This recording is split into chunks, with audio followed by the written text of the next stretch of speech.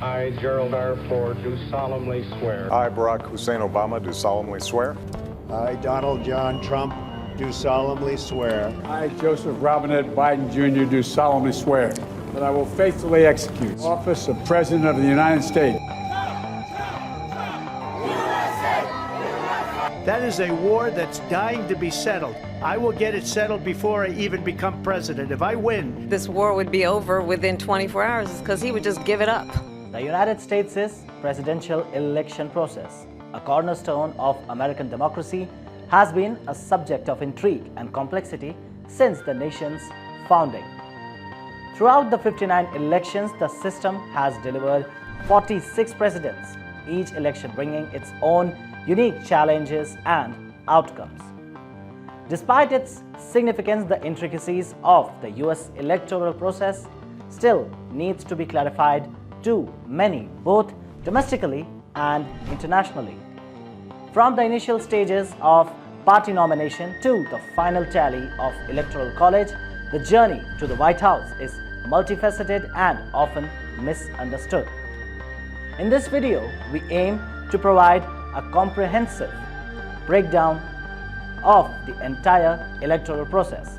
We will explore how the political parties select their candidates, examining the role of primary election and caucus, and also elucidate the function of Electoral College in determining the ultimate victor of the United States' presidential election.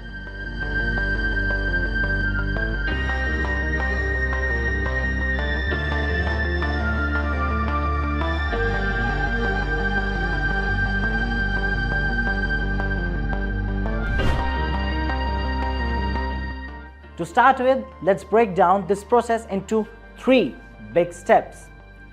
First step is primaries and caucuses. Second step is national convention and election campaign. And the third step is general election and electoral college. Starting with the primaries and caucuses. These are kind of baby steps to become the president of United States, and for that one needs to pass the eligibility criteria.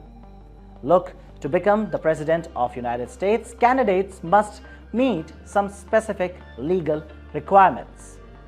These include being a natural-born US citizen residing for US for at least 14 years and being at least 35 years old. Natural-born citizenship applies to individuals also born in United States, children of US citizens born abroad, and those born overseas with one citizen parent. In American history, while many have attempted to run independent as the presidential candidate, two parties have consistently dominated the electoral campaign, the Democrats and the Republican Party, which is also known as the Grand Old Party.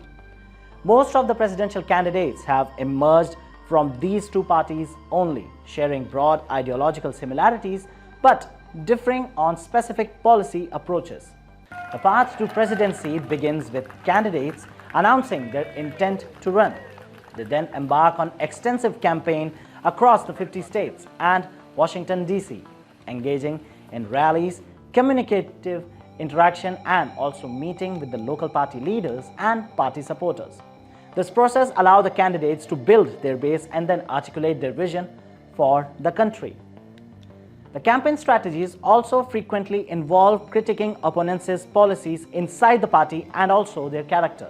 A recent example for this political sparring occurred within the Republican Party, where the candidate Vivek Ramaswamy publicly criticized Nikki Haley's stance on the Ukraine war, going to as far to equate her name with corruption. During a Republican Party primary debate, once the campaign ends, each state then announces its path to elect the leader. Most of the states hold primaries for 6-9 months before the presidential election. The primary voters chooses their preferred candidate anonymously by casting secret ballot. The state where the primary is held takes the result of the vote into account to award the delegate to the winner.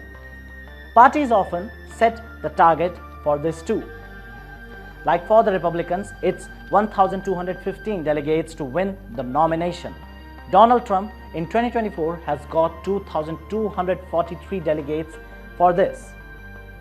Whereas in Democrats, this time it was actually a virtual call vote with all backing Biden and then Biden himself endorsing Kamala Harris for the presidency. Second step is National Convention and election campaigning. Simply put, the state delegates then attend National Convention, RNC, that is the Republican National Convention, or DNC, the Democratic National Convention, to confirm their chosen candidates. Each party officially announces its presidential nominee at the convention's end. If no candidate secures a majority of delegates during the primaries and caucuses, the convention delegates then gather together and elect a nominee through additional voting rounds. At the convention, the presidential candidate then chooses a vice presidential running mate, as Donald Trump elected J.D. Vance this time and Kamala Harris elected Tim Walz for the vice presidential role. Following the convention, the presidential candidate campaigned nationwide to gain public support. These conventions are usually a stage to show the unity within the party and also charge the supporters ahead of the crucial voting session. This process also ensures that each party has selected the strongest candidate for the general election. The conventions unite party behind their nominees and present a unified message to the voters. The vice presidential selection is also a strategic decision, offering to aim and strike a balance within the broader electoral appeal.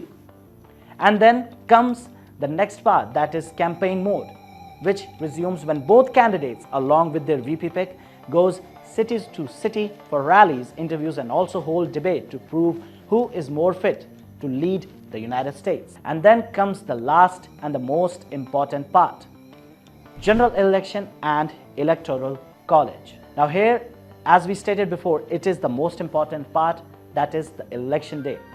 The culmination of this year-long presidential campaign process has now come to the election day that normally happens on the first Tuesday of November. Voters across the nation cast ballots for their preferred president and vice president. While the major party candidates are always on the ballot, minor party and independent candidates may also appear if they meet state-specific eligibility requirements. However, voters are not directly electing the president. Instead, they are voting for electors, a group of individuals that have pledged to support a specific candidate in the Electoral College. Each state has its own state of electors for each candidate. Once the poll closes, votes are then begin to be tallied. But the process doesn't end here. The Electoral College system then comes into motion, adding another layer of the selection criteria for the presidency. The US presidential candidate is elected by the Electoral College and not direct popular vote. Here's how it works. Each state is allocated a number of electors based on its congressional representation. There are total 538 electors in total, and as mentioned before, when citizens cast their vote, they are actually choosing electors pledged to their preferred candidate. The electors then cast the vote for the president. Then to win the presidency, a candidate also needs a majority of the electoral votes, that is at least 270 out of the 538. A candidate can win the presidency by securing the majority of electoral votes even if they don't win the national popular vote. Like, if one remembers, Hillary Clinton got the most popular vote in 2016, but the Electoral College made Donald Trump the president. This unique process balances the state and the population-based representation in selecting the president, sometimes producing unexpected results from that differing from the national popular vote total. Sometimes the process also takes days to count the final tally of the votes. The halfway mark of 270 is needed to secure the presidency in Electoral College. Once the candidate crosses the Electoral College mark, he is declared president-elect, and then the Congress certifies the leader for presidency. And at last, the oath ceremony takes place, and here we are. You have a new in charge of the great superpower. This is indeed a very interesting electoral process, from the early days of primaries to the caucuses and then to the final tally in the Electoral College. Each step indeed plays a crucial role in shaping the nation's future.